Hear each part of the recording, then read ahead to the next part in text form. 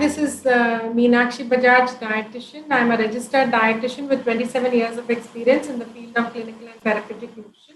Today, I'm going to be talking on how we can handle diet when somebody is, a person with diabetes and is now pushed into from chronic kidney disease. He has slowly, gradually moved on to hemodialysis. And another important thing when it comes to fluid, the fluid restriction will remain or will go on as per your nephrologist's opinion. He or she will suggest to you how much fluid you are allowed per day, which could be, depending on your urine output plus 500 ml per day. Yeah, if your urine output is 500 ml, you are allowed 1 liter per day.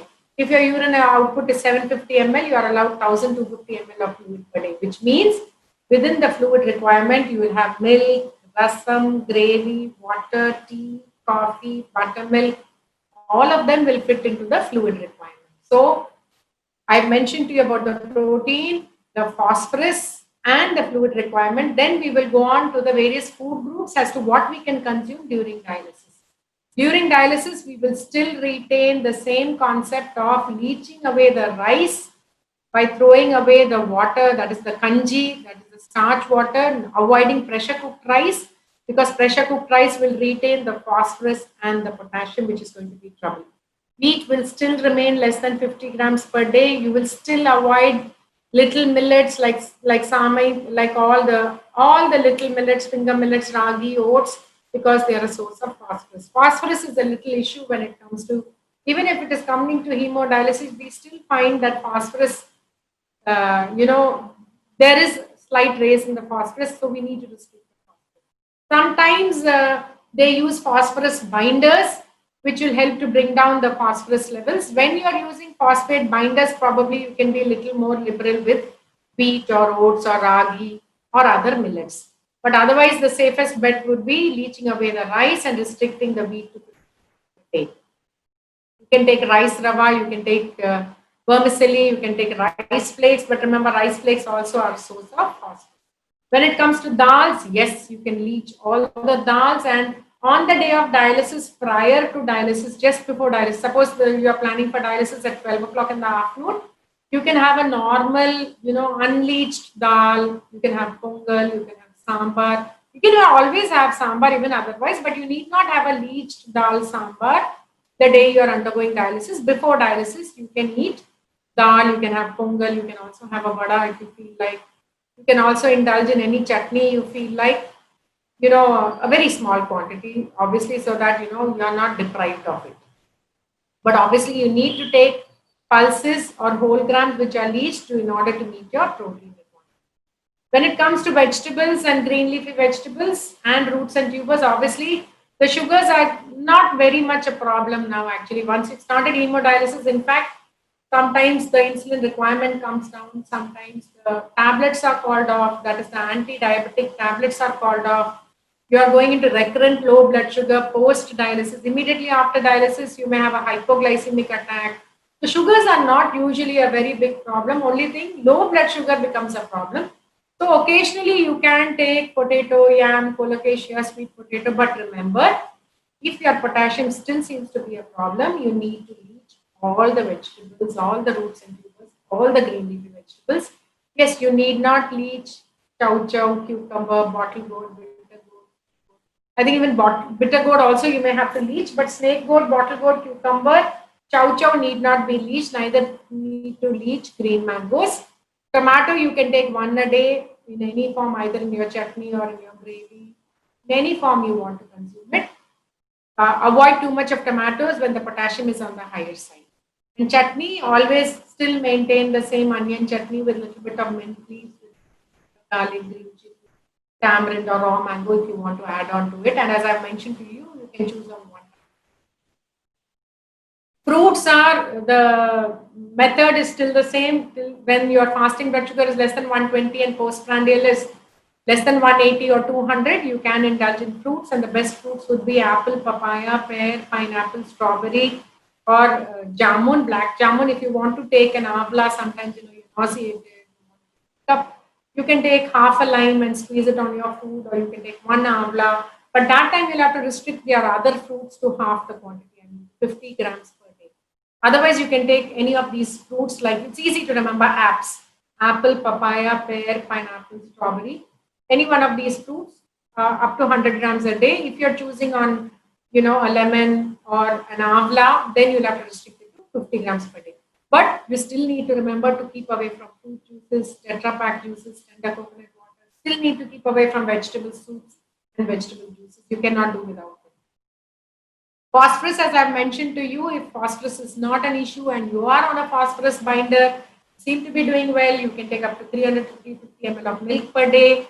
But in case your phosphorus is way high, even after putting a phosphorus binder, the phosphorus is not coming down, you definitely need to restrict milk quantity further in your diet. And remember, whenever you make paneer, it should not be made with lime. You can add a little bit of vinegar, or you can add curds, but don't buy paneer which is outside prepared, because we do not know what they're adding to curdle the milk and to prepare the paneer.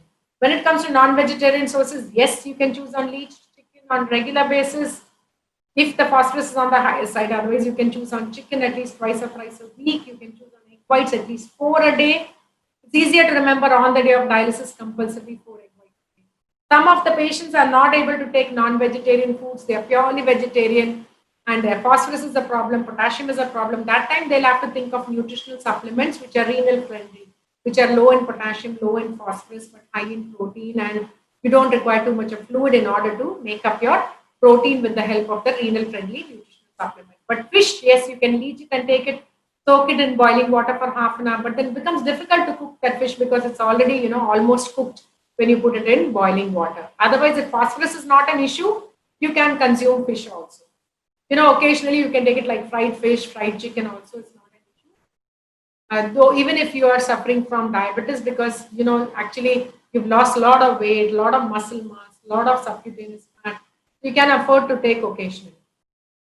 And when it comes to nuts, yes, you can take leached nuts like leached badam, leached groundnuts. You obviously can't leach the others. So the convenient things are only leached groundnut and leached almonds. And remember to remove the skin, because they are also a source of potassium and phosphorus.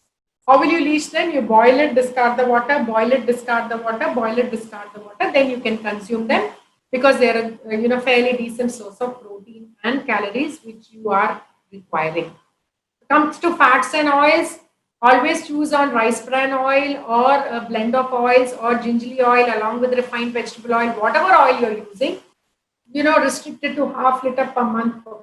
You can occasionally take unsalted butter and ghee in order to, make your food a little bit more palatable. When it comes to fats and oils, which you need to avoid, always avoid coconut oil, palm oil, salted butter, lard, vanaspati, dalda, anything which is hydrogenated fat. Avoid reheating of oils. It's not very, very healthy. And groundnut oil can be consumed half liter per month per person, provided you take only skimmed milk. When it comes to cereals, yes, you will still, since you want your good blood sugar control to be doing very well, you still need to avoid sweets, and you want your blood pressure to be under control, so avoid all bakery items. But occasionally you can take sweet bread, or you can take low potassium biscuits, low phosphorus biscuits like either Marie biscuits or thin arrowroot or cream cracker. Be very careful when I say cream cracker, it does not mean cream. It's called cream cracker because they are low in sodium, potassium, and phosphorus. You can consume 2 to 3 a day. And as much as possible, remember they are all invisible sources of sodium. So keep salt a little low when you choose on sweet bread or biscuits occasionally.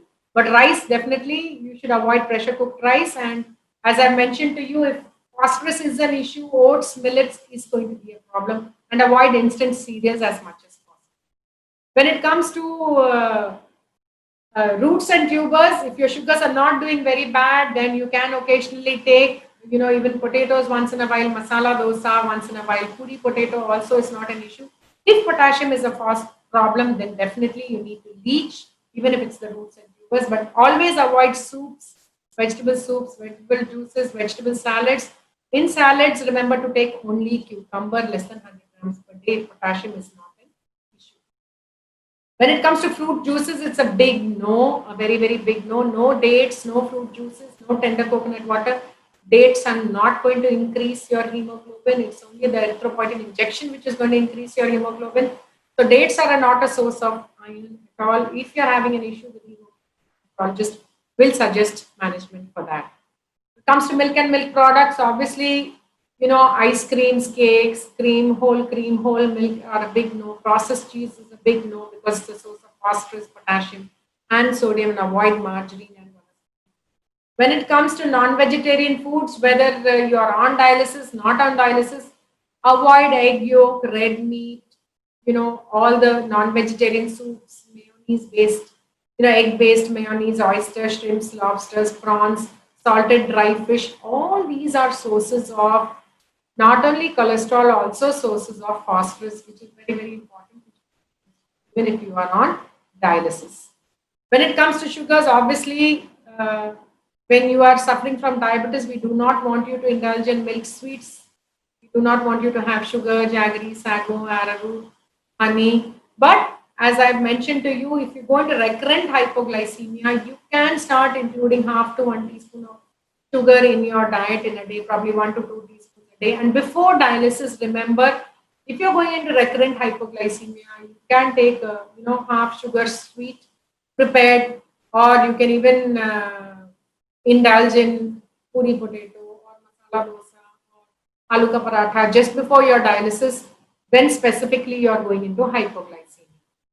Otherwise, it's a routine. If your sugars are not doing very well, obviously you need to restrict all of them. And as always, you should remember that whether you always want your blood pressure to be under control. You do not want too much of fluid retaining in your body. So you do not want edema. You do not want ascites. You want to always remain dry body weight. Your interdialytic weight gain should not be very high. For that, you need to restrict on your sodium intake, which means the extra salt, the pickle, the papad, all the processed food, canned foods, carbonated beverages, proprietary drinks, the energy drinks which are non-diabetic, non-renal friendly energy drinks also are a source of sodium, potassium, and phosphorus. And remember, when potassium is a problem, avoid instant coffee, cocoa, black tea, black coffee, green tea. All these are sources of potassium. Remember, whenever the potassium is an issue, we need to keep away from all these special salts, just going for the regular rock salt or the regular salt, iodine salt, which we are using. Avoid Lona, Saffola salt, Tata Light, Himalaya Puro, any other potassium salt, which is definitely not going to do good for you. Remember, you need more calories, more protein, still potassium and phosphorus restriction remains. Sodium restriction may go slightly relaxed from 2 grams to 3 grams a day on the day of dialysis. So sodium restriction may go between quarter to half teaspoon leveled per day, depending on your nephrologist. I wish that none of you go undernourished, at least by following, remembering to meet a dietitian or to follow a nutritionist advice once you initiate dialysis will keep you away from malnutrition. Wish you good health.